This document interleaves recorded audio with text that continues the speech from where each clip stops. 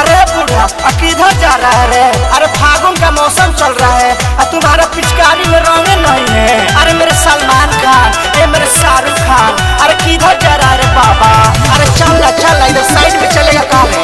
चल ना जल्दी चल ना। होली में भौजी बड़ी पागल आई, का जाने काउन का मन में समाई,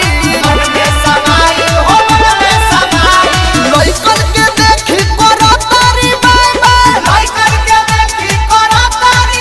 अरे बुढ़वन के देखी करेली हाय हाय, अरे बुढ़वन के देखी करेली हाय हाय। अरे फागुन का मस्त महीना चल रहा है, अब सब लोग रंग खेल रहे हैं और तू किधर भाग रहा है?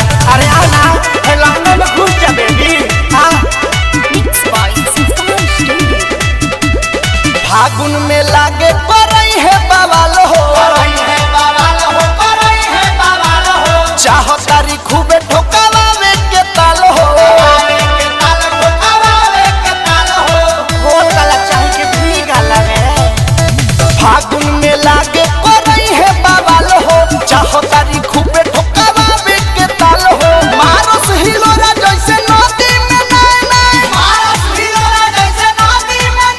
अरे बुढ़वन के देखी करेली हाय हाय, अरे बुढ़वन के देखी करेली हाय हाय।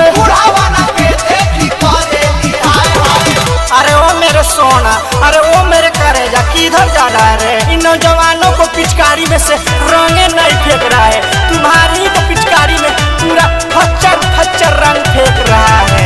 अरे ओ मेरे बुढ़ा का बुढ़ा, आप चल जा ऊपर। कवि नीतीश करे चाहस लगाओ हो, अनूप गिरी के दिली न भाव हो,